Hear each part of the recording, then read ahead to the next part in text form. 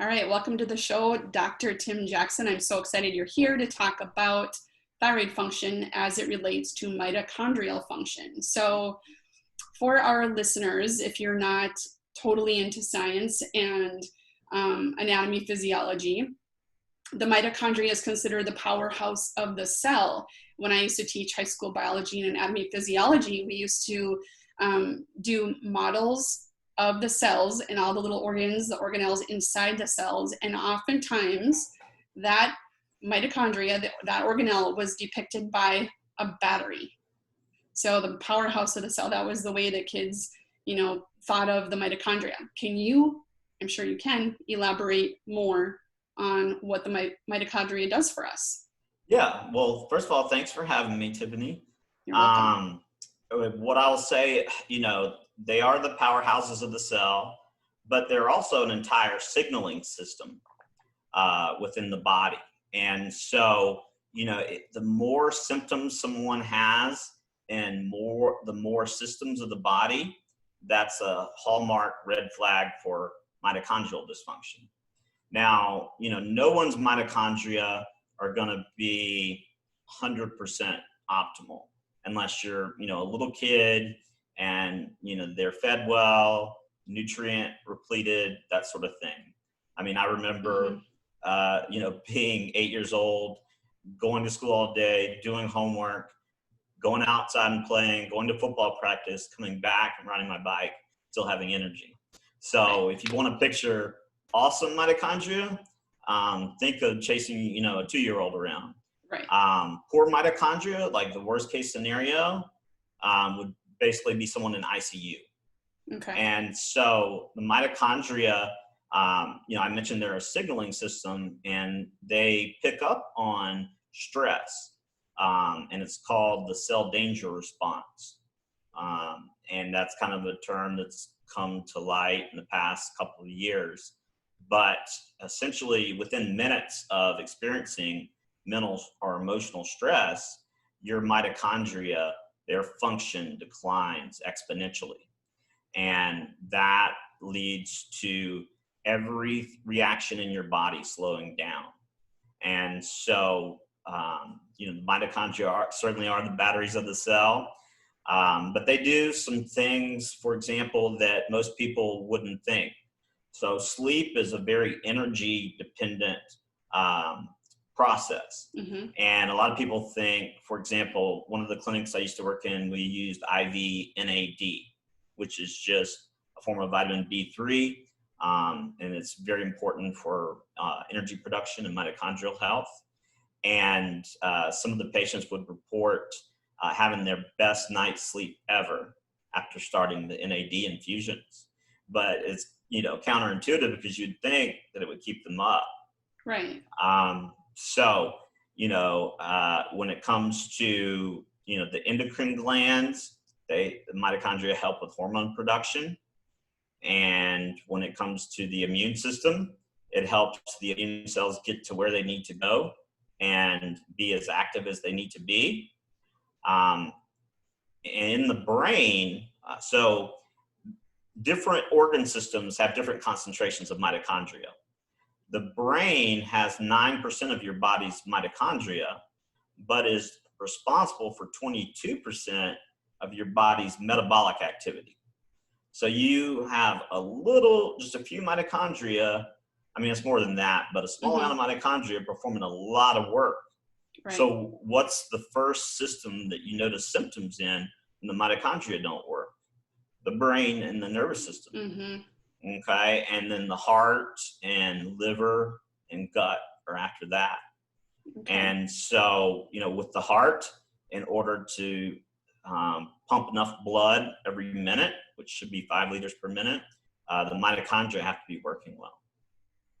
So basically, much like I talk about with thyroid tissue and thyroid gland, it affects every cell in the body. And obviously the mitochondria is in the cells of the body. And it absolutely affects every way that we function, it sounds like, and highly sensitive to stress, whether it's oxidative stress or, I'm thinking about what does that look like in real life?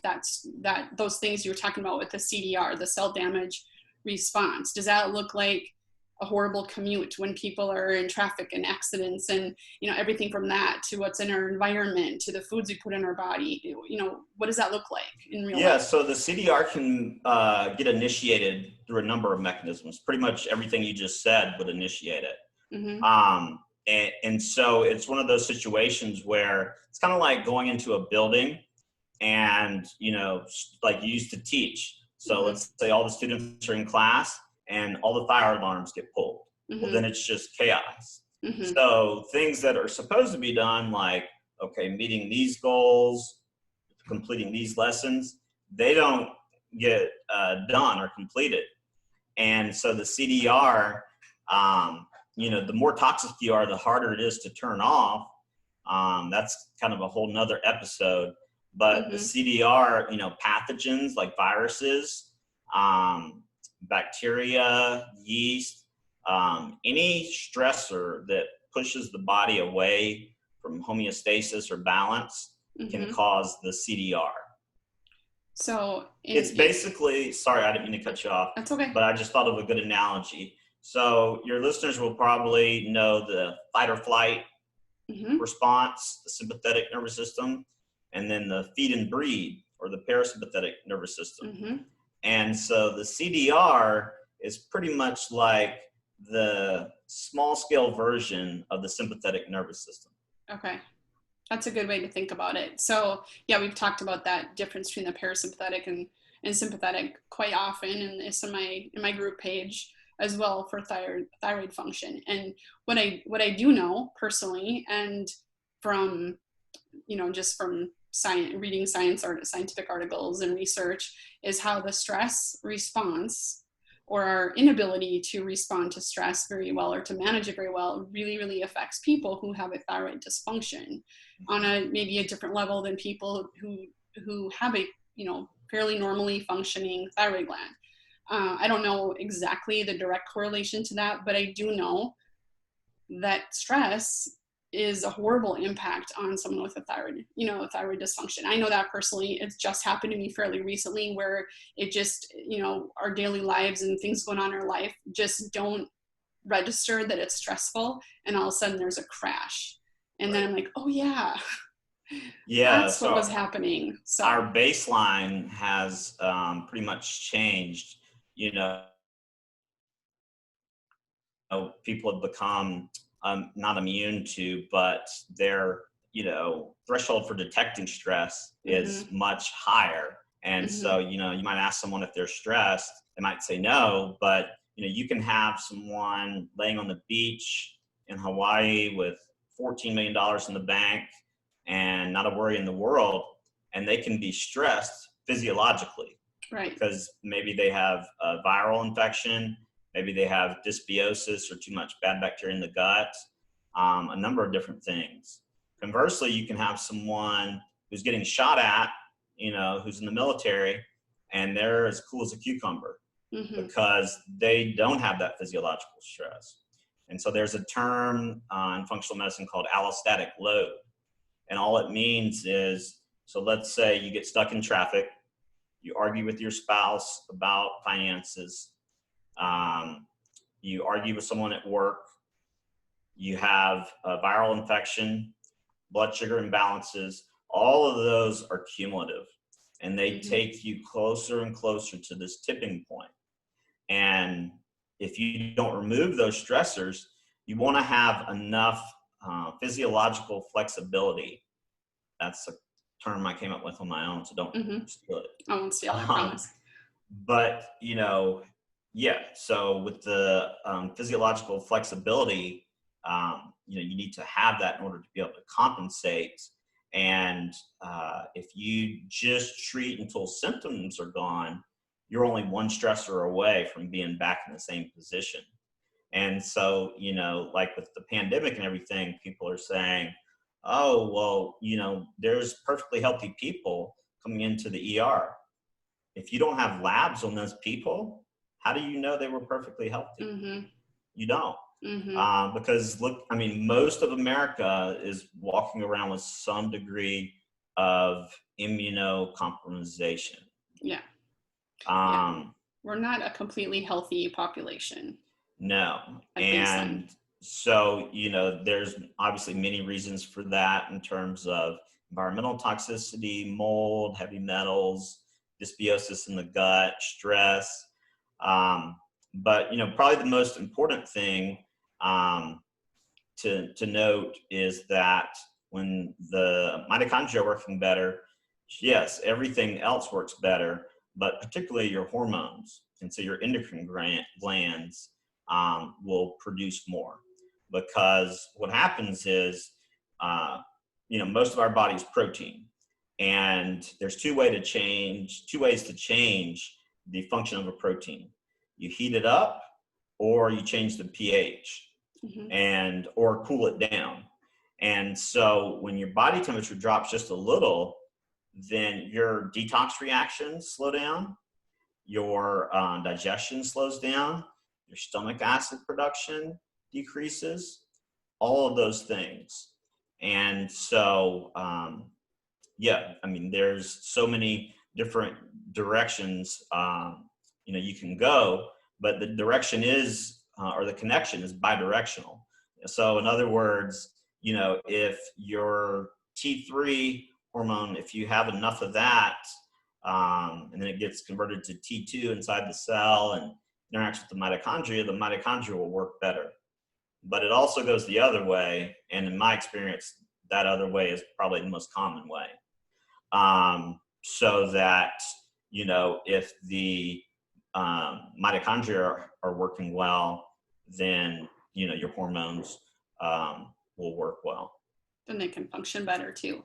So as this relates to thyroid function, one thing, again, that I observed in myself, but also I've heard other people talk about, is when you talked about body temperature, and a lot of times people with thyroid function dysfunction seem to have lower than the average body temperature. So if we say that 98.6 degrees is normal body temperature, I've seen, like for myself even, I've seen 97.2, I've seen, low 98s as my body temperature.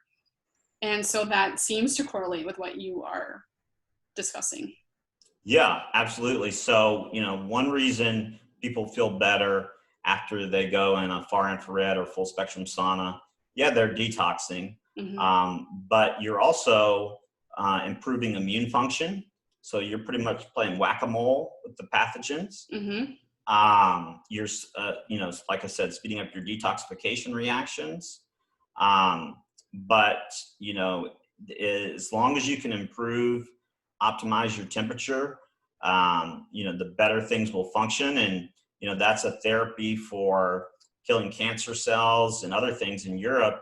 Hyperthermia treatments, where they put you under partial anesthesia, take you up to 104, 105 degrees Fahrenheit, because, you wouldn't be able to tolerate it if you weren't anesthetized. But what I tell people is that what's more important than going and getting those treatments is day in and day out, what's your body temperature? Because if you just go and think you can get some IVs, but ignore the lifestyle and other stuff, Mm-hmm. then it won't work. Yeah, it's usually a comprehensive fix. It's not a one and done type of thing. That's not, it'd be nice if there was a quick fix like that, but that's not really how our bodies work. They're just too complicated for that. Right. But what do you recommend people do to help optimize their body temperature if they're not going to do something like what you just mentioned? What are some ways to help with that? Yeah. So, cortisol and thyroid hormone work very closely together. And, cortisol, we've all seen the infomercials. Oh, cortisol is really bad. You got to take this supplement to help lower it. And that can happen. But if cortisol is too low, thyroid hormone won't be able to get into the cells. Right.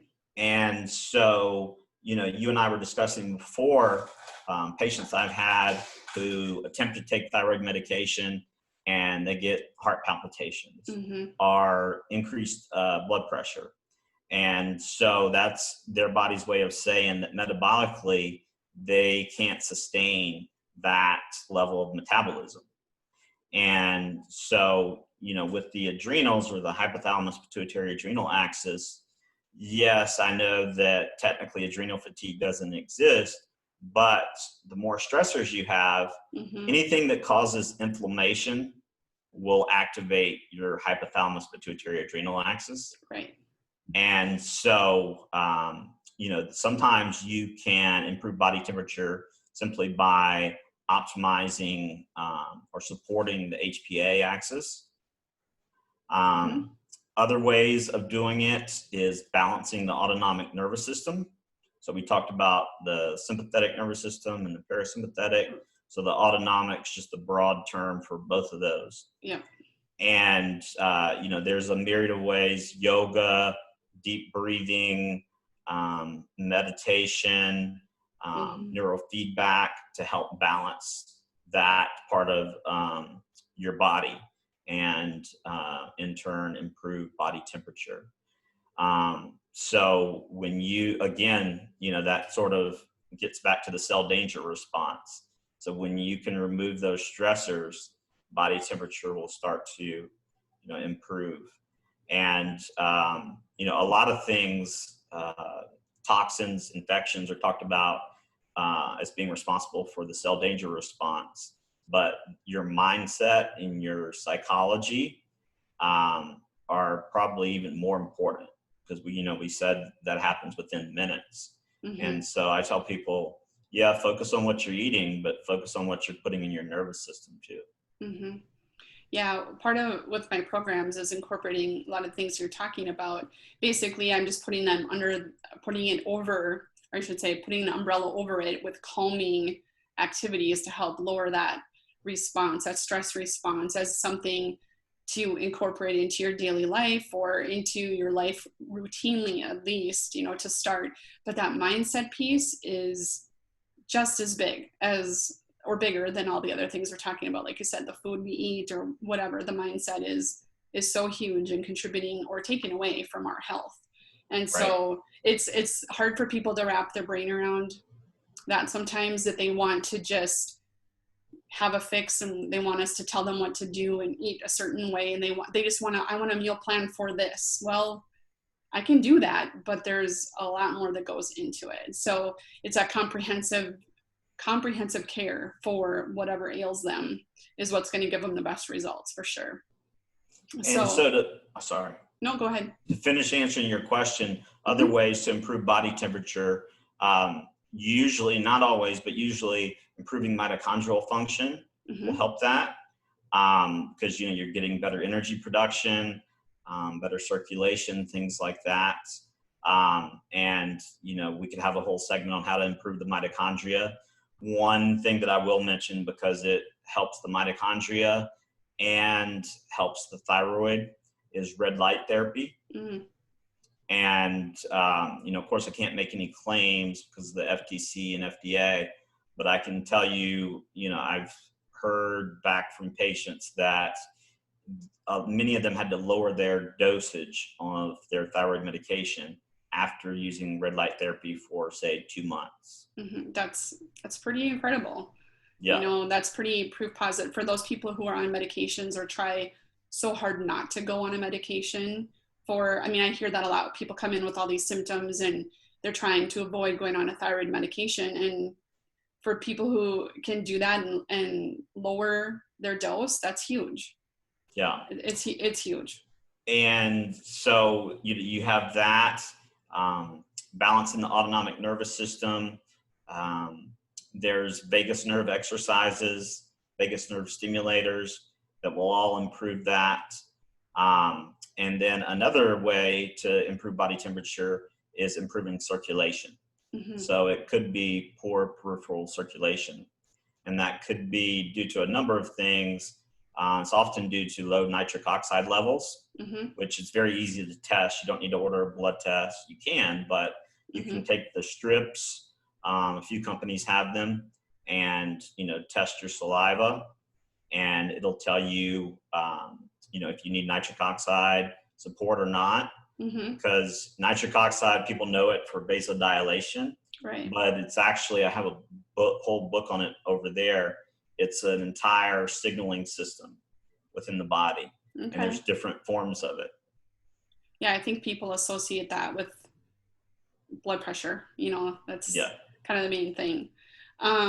Okay, so let's go back to thyroid dysfunction, mitochondria connection, and weight loss. Everybody who, I should say everybody, 99% of the people I talk to with a thyroid problem are complaining about weight loss resistance, or just they keep gaining and they can't get a handle on it, and they seem to be eating less and less, the whole downregulation of their metabolism because of lowered calories, and they focus on just calories, and then they over exercise, and the whole 9 yards. What can we say about how do we optimize that? How do we optimize our mitochondria to help support the weight loss process in thyroid patients? Well, when people come to me and, they say, oh, I'm doing an hour and a half or 2 hours a day of cardio, how much do I need to do? My answer is 0. Right. Because, if you think about it from an evolutionary standpoint, we were meant to throw a spear at the rabbit, kill it, go retrieve it. Mm-hmm. If we would have just kept running, our chances of dying would have increased exponentially. Right. And so, that's one major thing. But ways to optimize the mitochondria, and you wanted to know ways to optimize the mitochondria for what specifically? For weight loss in those thyroid patients, Okay. that's Yeah. their huge complaint. Yeah, so you see this a lot in figure competitors, or female bodybuilders, Mm-hmm. because, leading up to a show, they are dieting and they're on, a caloric deficit, Mm-hmm. and it can lead to something called Wilson's temperature syndrome. Right. And, that just means that their metabolism has been damaged. And, there are some people who say, oh, well, there are studies that show that doesn't work. I mean, I've seen too many people with it for it not to be an issue. Right. And, a lot of times in order to lose weight, you need to eat more calories. Mm-hmm. I know when I don't eat enough calories, not only do I get hangry, but I know I can tell my body temperature goes down. Mm-hmm. And, that brings up the point of, fasting is very popular right now. And if you just look at it in isolation, yeah, it's good, but you have to make sure you have enough metabolic flexibility to do that.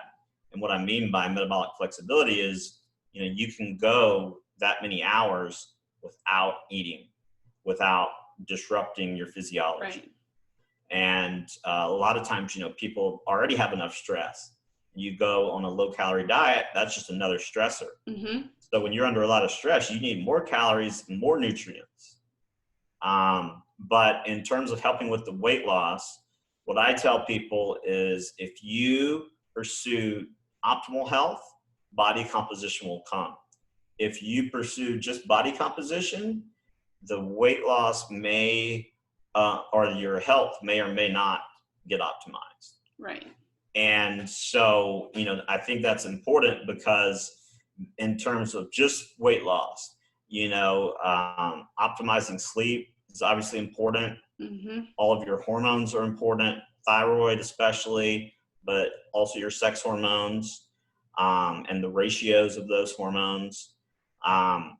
But sometimes I've seen cases where people, they're working out, they're eating organic, they're doing all the right things, but they might have an infection like Lyme or Mm-hmm. mold toxicity.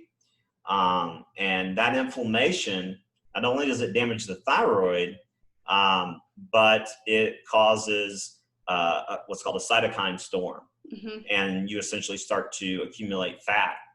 And so when I was in North Carolina, I had a patient who was a figure competitor, and she gained 15 pounds in 2 weeks.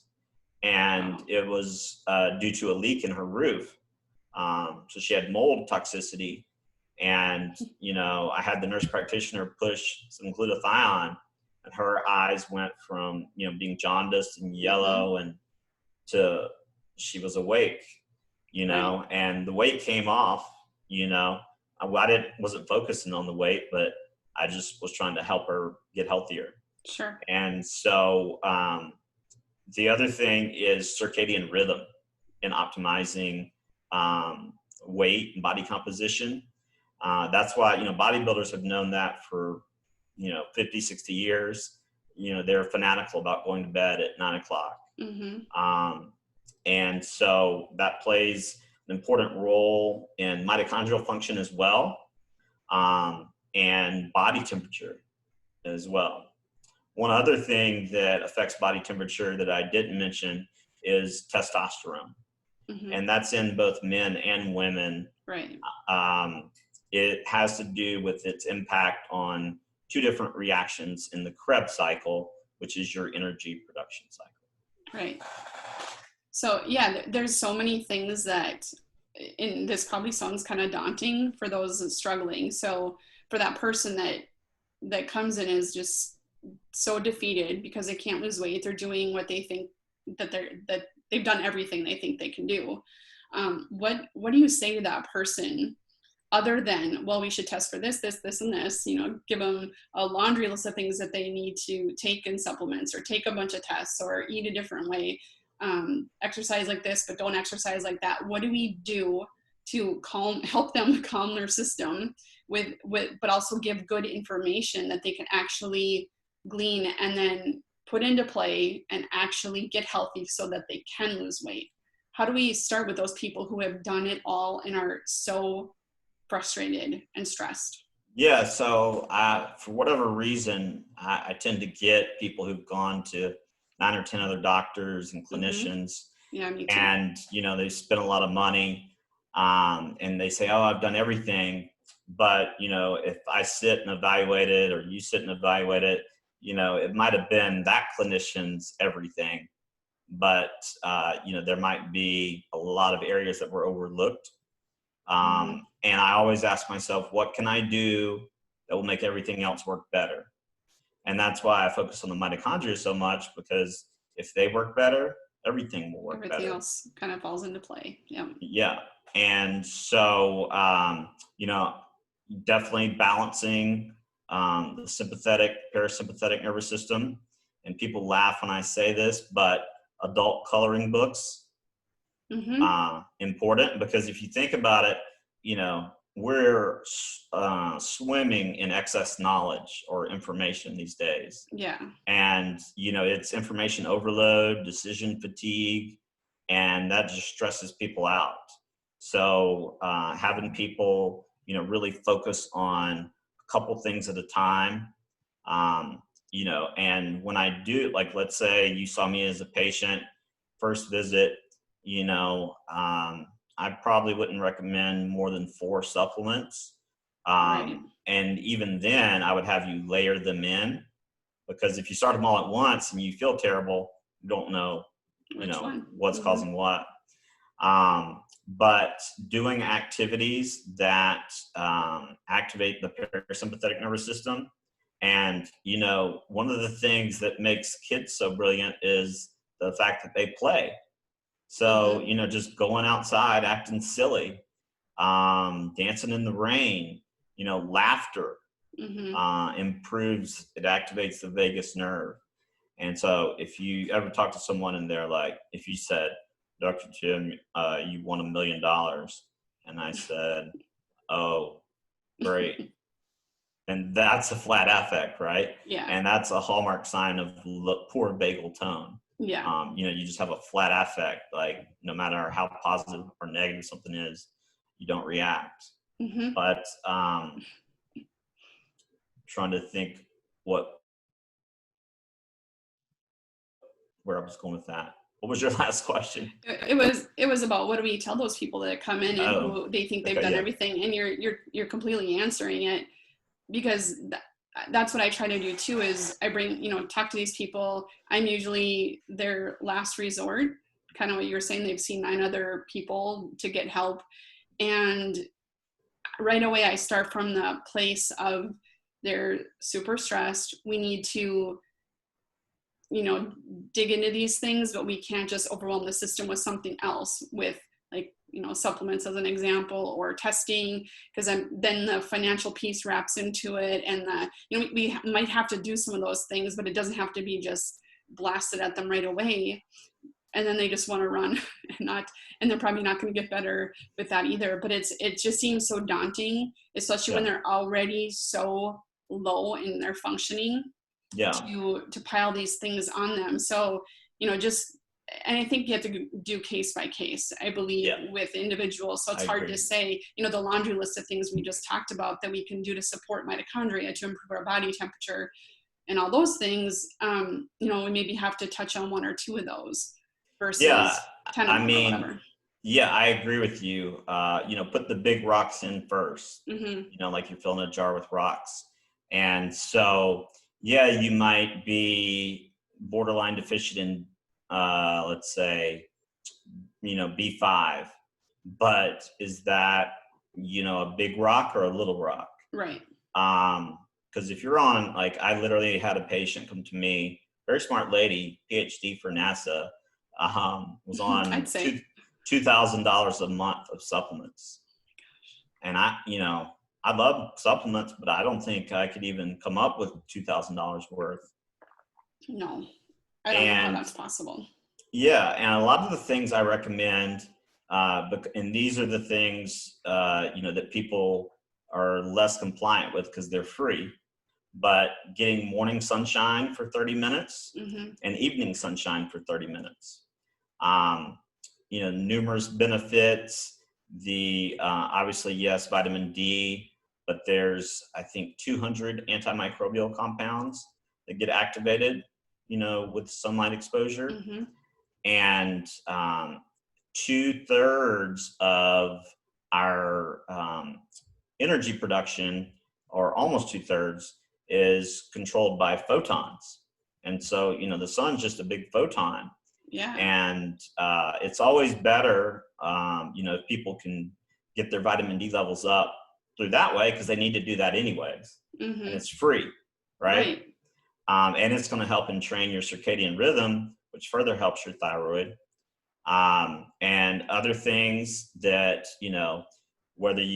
it's not really a matter of an opinion because there's too much research to support it, but EMFs, Wi-Fi, 5G, there's an app, and the name escapes me because I only came across it once, but an engineer developed it.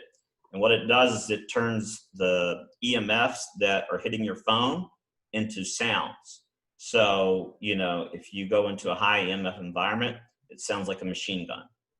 Wow. And I think that's really powerful for people because, we can't see the EMFs, so we tend to dismiss them. But, if there's a specific database that houses most of the EMF studies, there's 27,000. Okay. 27,000 studies. Okay. So when people say there's no studies, send them to me. I'll blow their fax machine up. Okay. But, and there's a group of almost 200 scientists who've voiced concerns, and a lot of them have lost their jobs because of it. But that just speaks to, the telecom industry. So just to give the listeners, if they're interested, the mechanism, EMFs, so our bodies, yes, we've been talking about the biochemistry, but the biophysics of our body drives the biochemistry. And sorry, can you back it up? Yeah.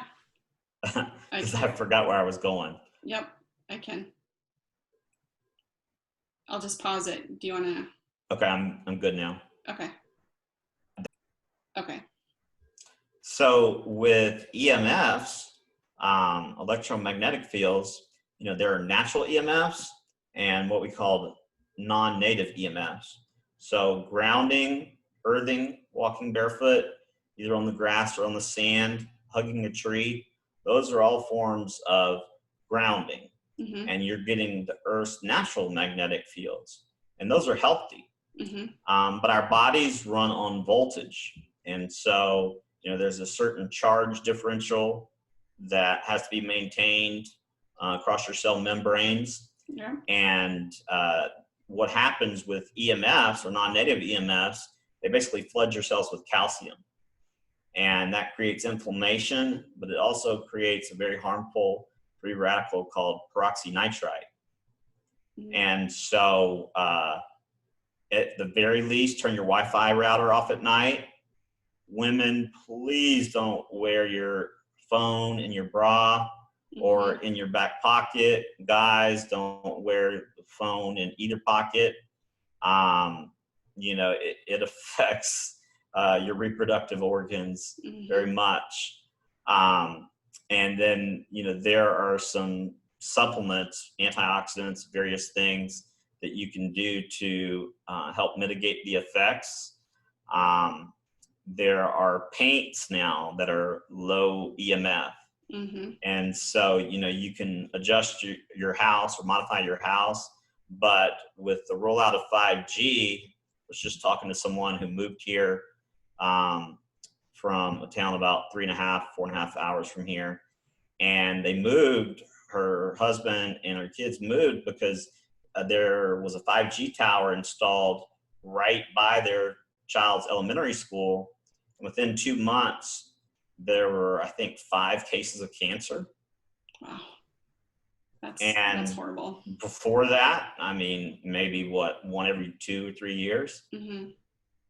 Interesting. So, Yeah, my kids do not like that I don't want them to have their phones in their room at night and that kind of thing. They think I am out of my mind with that, of course, but they haven't read the 27,000 studies right, either. So I don't know. And that generation is going to, more than what we are. They're just right. exposed to it nonstop. Yeah, Nonstop. exactly. Mm-hmm. Exactly. And, now there are, you know, everyone's trying to jump in on the marketplace, but there are some legitimate companies, some not so legitimate, but they make bras for women that help have certain materials. And I'm not a biophysicist, so I can't explain it to you any better than Sure. that, but it basically helps reflect the EMF waves. Mm-hmm. They have boxers for men, t-shirts for men and women. But at the very least, the free things are turning your Wi-Fi off at night, and when you're not using your phone, put it on airplane mode. Mm-hmm. And for heaven's sake, please don't charge your phone in your room, because not only is that dangerous being close to you, the blue light will disrupt your sleep. Right. Yeah. So many aspects that we need to be aware of and mindful of. And I think the best route is to look at your environment, look at your phone use, look at your Wi-Fi, your food, your supplements, your water, your stress levels, and look at what you can. This is just my thought, and I try to help this with people, to as a place to start. Look at your environment, your situation, not someone else's, not your mother's or sister's or whoever. Mm-hmm. What is your situation, and what can you change and control pretty easily that is sort of seamless and not a huge additional stressor to your life, and then keep making strides forward. That's kind of all we can do, I believe, with looking at all the options that we have. It could be overwhelming, so to not overwhelm, you have to start with something and go from there. Right. Do you have any other thoughts on that or suggestions to that? Right. And I get couples a lot of times, like, I might get the wife, like I had a wife not long ago. She's actually a nurse, and, she knew about the dangers of non-native EMFs, but her boyfriend was an engineer and he didn't believe it. And I said, Mm-hmm. well, at the end of the day, it's really a moot point because you're not going to be using the internet while you're sleeping. So why Right. not just turn it off? Right. You know? Yeah, that's pretty simple. Yeah, exactly. Well, is there anything else you'd like to touch on that we didn't touch on? I feel like I could keep you here for, hours, but I wanted to talk about the Heal Your Hormones boot camp. Mm-hmm. And then I want people to be able to access your information. So is there anything else you'd like to talk about with that? With the Heal Your Hormones boot camp, we spent, I think it was 8 or 9 weeks covering. Some weeks we covered only one hormone. Other weeks Mm-hmm. we covered, 2 or 3. But if you want to balance your hormones and arm yourself with all the knowledge in one space, versus having to Mm-hmm. go a million places, It's a great thing to listen to. And, then you can find a provider, who's abreast of those facts. Okay. And, Heal Your Body, you're going to put it in the show notes, but healyourbody.org is my website. Perfect. And people can get in touch with me that way. Okay, that'd be great. Yeah, those links will be in the show notes, and also your Facebook page, Heal Your Body. Is it healyourbody.org on Facebook? Yeah. Okay. No, I'll send you the Facebook link. Okay. Yeah. For that too. So his Facebook Facebook page is Heal Your Body as well. It's Dr. Tim Jackson, actually. Oh, okay. Sorry, I was just going off my notes here. All right, so we'll put the correct one in the show notes. Sorry about that, everybody. The link that I sent you is the correct one. Okay. But the name of the page, like if you're trying to find it and you're searching, it's Dr. Tim Jackson. Gotcha. Okay. Perfect. All right, so those will definitely be in there, and you can take a look at his information, and I encourage you to check out that boot camp for healing your hormones. Like you said, it's kind of a one-stop shop for getting a handle on what your hormones should be doing, including thyroid hormones. And again, I just find it fascinating and interesting that we're talking about the mitochondria and how that can help support the thyroid function, because we're looking at the root cause of something, or a possible root cause of something, rather than just throwing something at it that is more like a quick fix. And the mitochondria can help with so many aspects of your health, not just thyroid, but kind of everything. Right. And, there's different stats depending on who you read or who you listen to. But, your mitochondria decline in function and in number as you age, and they become, more damaged. So the more damaged mitochondria become, the more harmful free radicals they produce. Okay. So I don't think I mentioned this, but just the normal process of energy production, you're going to have some side reactions that are creating free radicals. But the more dysfunctional the mitochondria is, then they're going to produce even more of those harmful free radicals. Okay. Yeah, we need to get a handle on that before it's too detrimental anyway. All right. Anything else? I think that's it. Okay. For awesome. now. Perfect. Yes, for now. Thank you so much for being here. I appreciate your taking the time to share with us your expertise. You have a lot of it. And it was a great conversation. Thank you so much. Well, thank you for having me. I appreciate it. Yeah, you're welcome.